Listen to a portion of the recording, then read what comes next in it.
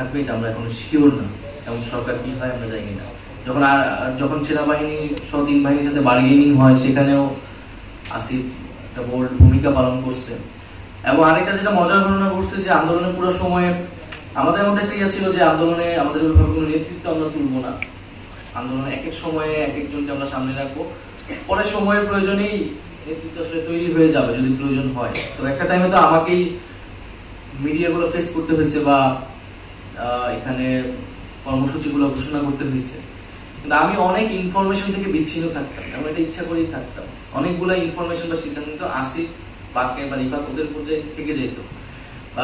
Political communication গুলা, যোগাযোগগুলা বিভিন্ন ছাত্র সংগঠনের সাথে বা গ্রুপগুলোর সাথে, এগুলো কিন্তু আসিফ, বাকের ওরা করতো, এবং আমি জানতামও না কার সাথে কি কথা হয়েছে, কখন কথা হয়েছে। তো এটা আমি ইচ্ছা করেই জানতাম না, কারণ সব ইনফরমেশন আমার কাছে থাকাটা ঝুঁকিপূর্ণ। তো যখন কিন্তু সেই সময় সরকার বা গোয়েন্দা সংস্থা তারা ভাবছে আন্দোলন, যেহেতু আমি এই পুরো সার্কেলের লিডার, আমি ছাত্র শক্তির সেক্রেটারি এবং আন্দোলনে আমি ফেস, তো আমাকে ধরলে মনে হয় সবকিছু পাওয়া যাবে আসলে। তা আমাকে তারা তুলে নিয়ে যায় এবং তারা প্রচন্ড পরিমাণ আসলে হতাশ হয়, কারণ আমার কাছে আসলেই কোনো ইনফরমেশন নেই। তারা অনেক মারধর করে আমার মোবাইল সবকিছু তারা অ্যানালাইসিস করে দেখতেছে, আমি আসলে অনেক ইনফরমেশন নেই। আমার সাথে বিএনপির কোনো নেতার ওই আন্দোলনের সময় কখনোই কথা হয়নি, বা ছাত্র দলের শিবিরেরও ওই অর্থে কথা হয়নি, কারণ কমিউনিকেশন গুলো যোগাযোগ করতে ওরা আসিফকে একটা পরে তুলে নেন। তো আমি সর্বশেষ এটাই বলবো যে আমাদের গল্পগুলা কেউ যাতে ভেবে না নেয় যে এটা জুলাই গণঅভ্যুত্থানের গল্প হয়, শুধু আমাদের গল্পগুলোই। এখানে প্রত্যেকটা মানুষের গল্পই আসলে জুলাই গণঅভ্যুত্থানের গল্প, এবং সেই গল্পগুলো আমাদের আসলে এখন আরো বেশি শোনা উচিত।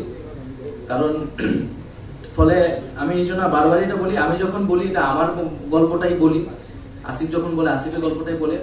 আর একটা বিষয় হচ্ছে এই 36 দিনের আন্দোলন, আমি যদি কখনো বই লিখি বা আমি যদি আরো বিস্তারিত ভাবে জুলাইকে নিয়ে লিখতে চাই, তাহলে এই 36 দিনের থেকেও আমার কাছে গুরুত্বপূর্ণ হচ্ছে তার আগের যে 5-7 বছর, যেটার মধ্যে দিয়ে আমরা বড় হয়েছি, আমাদের চিন্তা ভাবনা, আমাদের ভিতরে ক্ষোভ বিক্ষোভ তৈরি হয়েছে। আসলে আমি তো 2017 সালে ক্যাম্পাসে প্রবেশ করছি বা শুরু করছি, তারপর 2018 সাল কোটা সংস্কার, আমাদের যে একটা জার্নিটা আছে গত 5-7 বছরে হয়েছে। বিএনপি যেমন তার 15 বছরের একটা জার্নি আছে, বা বিএনপি সহ বিরোধী দলে তাদের একটা নির্যাতন বা লড়াইয়ের গল্প আছে। তো এই প্রেক্ষাপটটা খুব গুরুত্বপূর্ণ আমার কাছে মনে হয়েছে জুলাই হওয়ার ক্ষেত্রে, কারণ আমরা কোটা সংস্কার এবং নিরাপদ সড়ক 18 সালে, এটা কিন্তু আমাদেরকে ব্যক্তিগতভাবে আমাকে অনেক প্রভাবিত করছে। আমরা যখন